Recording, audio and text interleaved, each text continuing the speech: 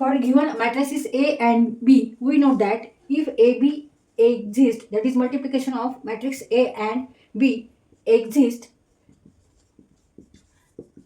BA, that is multiplication of B and A, may or may not exist. तर इथे आपल्याला A B जर exist होत असेल, मल्टिप्लिकेशन जर आपण केलं ए आणि बीचं आणि त्याच्यामध्ये आपल्याला काही व्हॅल्यू मिळाला, तो एक्झिस्ट आहे, पॉसिबल आहे multiplication.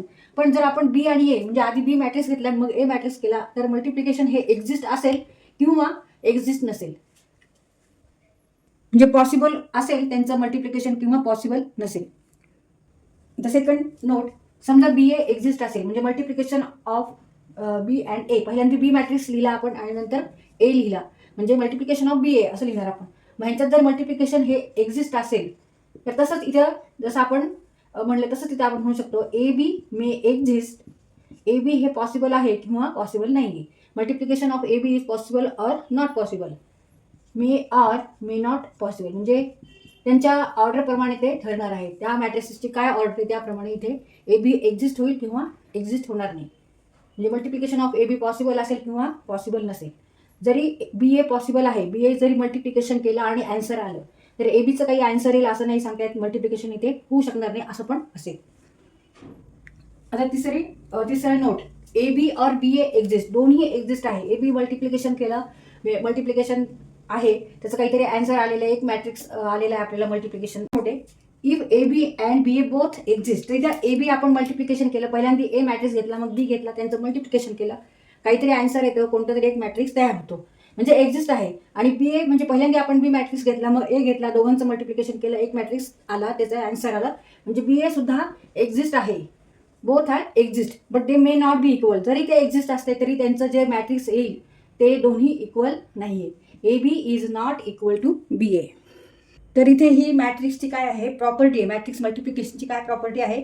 If there are two matrices A and B, matrix multiplication is not commutative, that is A B is not equal to B A.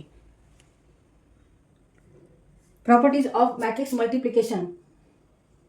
For matrices A and B, matrix multiplication is not commutative. That is, AB is not equal to BA. तर हे कोणत्याही दोन मॅट्रिसेससाठी आहे, ही property आहे. ही दोन matrices आहेत ए आणि बी, जर त्यांचं आपण मल्टिप्लिकेशन ह्या पद्धतीने घेतलं ए बी आणि दुसरं मल्टिप्लिकेशन आपण बी ए घेतलं तर it is not same, it is not equal. A B is not equal to B A. means matrix multiplication is not commutative. The second property of matrix multiplication for three matrices. आता इथे तीन मॅट्रिसेसचा विचार केलेला आहे. तर ह्यावेळेस matrix multiplication is associative.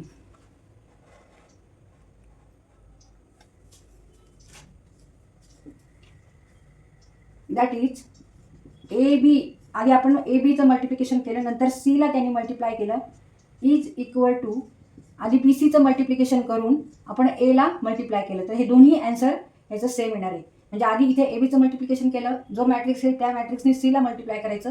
तसंच इथे काय केलेलं आहे, आधी बी सी ह्या दोन मॅट्रिक्सचं मल्टिप्लिकेशन करून आणि ए आधी लिहिलं आहे आणि नंतर हा मॅट्रिक्स लिहिला आणि ह्यांचं मल्टिप्लिकेशन केलं तर जे ॲन्सर येईल तेच याचा ॲन्सर येणार आहे.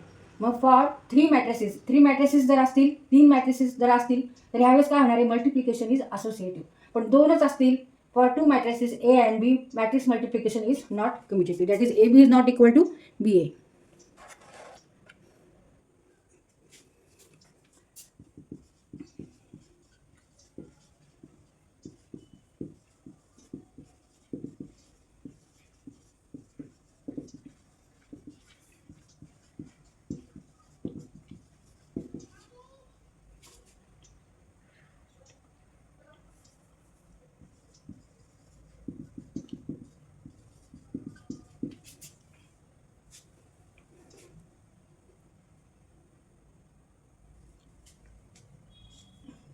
If order of matrices are suitable for multiplication. The third property आहे, for three matrices A, B, C, multiplication is distributive over addition. इथे पहिले एक्झाम्पल आहे, समजा तीन मॅट्रिसेस आहेत ए बी आणि C. B plus C equal to A B plus A C.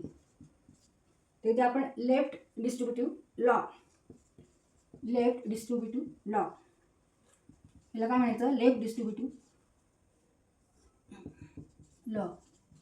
म्हणजे इथे आपण आधी बी आणि सीची ॲडिशन केली आणि नंतर ए आणि ह्यांची ॲडिशनला आपण मल्टिप्लाय करून जे आन्सर केलं येईल तेच आन्सर इथे आधी आपण ए आणि बीचं मल्टिप्लिकेशन करायचं आणि ए आणि सीचं मल्टिप्लिकेशन करून जे आन्सर आणि दोन्हीचे ॲडिशन करून जे आन्सर येईल ते आणि लेफ्ट आणि आर एच एस आणि एल एच एस हे सेम असणार आहेत.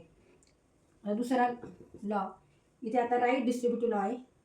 तर B plus C into A equal to B A plus C A. Right distributive law.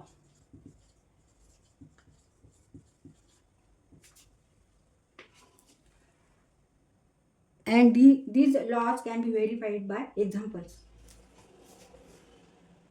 आता इथे 4 प्रॉपर्टी ऑफ मॅट्रिक्स मल्टिप्लिकेशन आहे.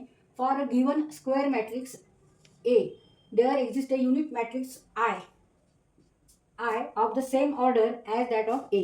म्हणजे ए हा मॅट्रिक्स आहे आणि आय हा युनिट मॅट्रिक्स आहे. हे दोन्ही काय आहेत? स्क्वेअर मॅट्रिक्स आहे.